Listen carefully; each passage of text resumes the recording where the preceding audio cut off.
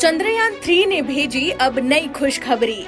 चंद्रयान 3 ने जो भेजा उससे इसरो हैरान। लैंडिंग के 1.5 साल बाद आया बड़ा अपडेट। चांद पर मिली नई चीज ने क्यों चौंकाया? चंद्रयान 3 ने अब चांद से चौंकाने वाली जानकारी दी है। इस खबर के सामने आते ही बड़े बड़े देश भारत के सामने नतमस्तक हो गए।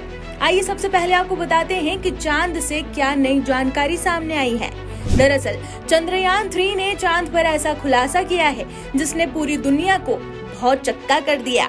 असल में अहमदाबाद के वैज्ञानिक दुर्गा प्रसाद कन्नम का मानना है कि चंद्रयान 3 से मिले डेटा और उस पर की गई research communication earth and environment में ये सामने आया है कि चांद की ध्रुवों पर अधिक स्थानों पर सतह के ठीक नीचे बर्फ मौजूद हो सकती है।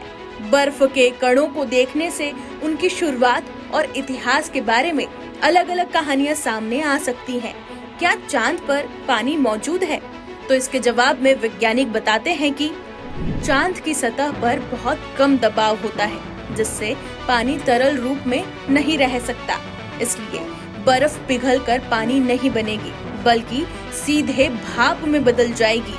हाल ही में जो रिसर्च सामने आई उस आधार पर चंद्रमा पर अतीत में रहने योग्य परिस्थितियां मौजूद नहीं थी।